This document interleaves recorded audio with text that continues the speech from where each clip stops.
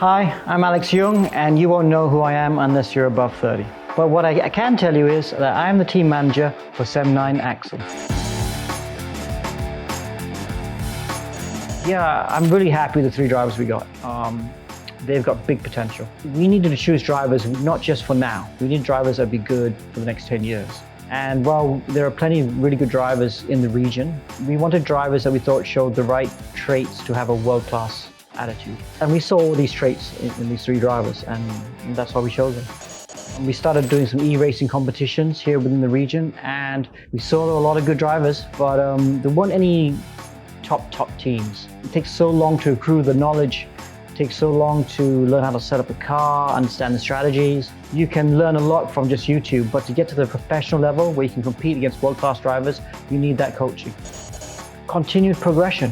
In 2021, we've been able to go to Europe and win some races in Europe, do very well across different games. We won a top split race in Bathurst in the very beginning of 2021. That was a big deal. We want to keep doing that. We want to keep improving. You know, when they ask, can they be as good? I say, no, they can't be. They're much better. Because these sim drivers are incredible. You know, they'll do 5,000 hours of work in a year and a half. The real life drivers in the region, they can't do that sort of hours. Sim drivers are racing at hundreds of tracks, and they're racing against Formula 1 drivers. So their standard is way better. So the virtual drivers are at a much higher level, driving-wise, than the real life drivers.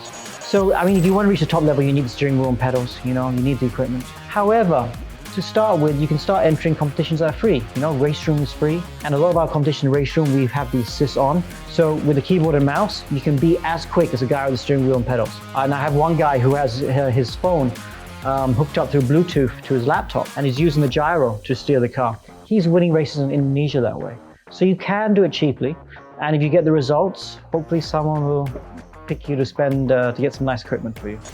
To begin with, obviously you can start with YouTube videos. There's a lot of YouTube stuff out there, but you must realize that you can only use it to a certain extent. That's when the professional teams need to step in and say, okay, this is what you need to work on. If you want to get to the high level, try and find yourself a professional team to coach you the right way. Yeah, so player skills are transferable between racing games. You might need a little bit to bed in, but you can make that transition. It's the same as just jumping into a different car. Sometimes you have to understand the nuances of how to drive this different car to get the most out of it. That's the same way as when you change games. Like anything, you need to put the time in. If you put the time in and you have the talent and you understand what you're doing, you can make those transitions. Whew. Making a team, easy peasy. Just get some friends and call yourself a name and make a logo and go enter some races. Getting the team to a high level is tricky though.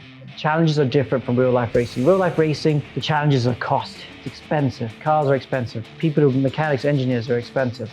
It's nowhere near as expensive in the virtual world. But the time is tough. You have to put in the time.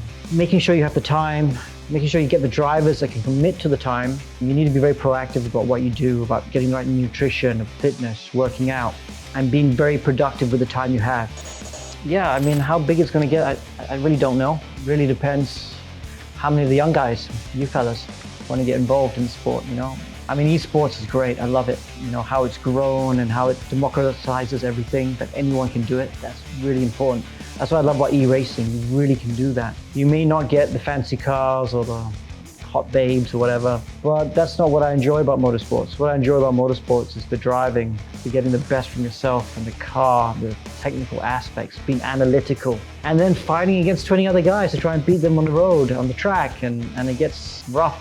I love the battles. That is exactly the same in the virtual world, is exactly the same as in the real world, and that's the fun bit. So don't forget to follow us on social media. You have to support us. We're going all the way to the top. We're Sem9 Axel.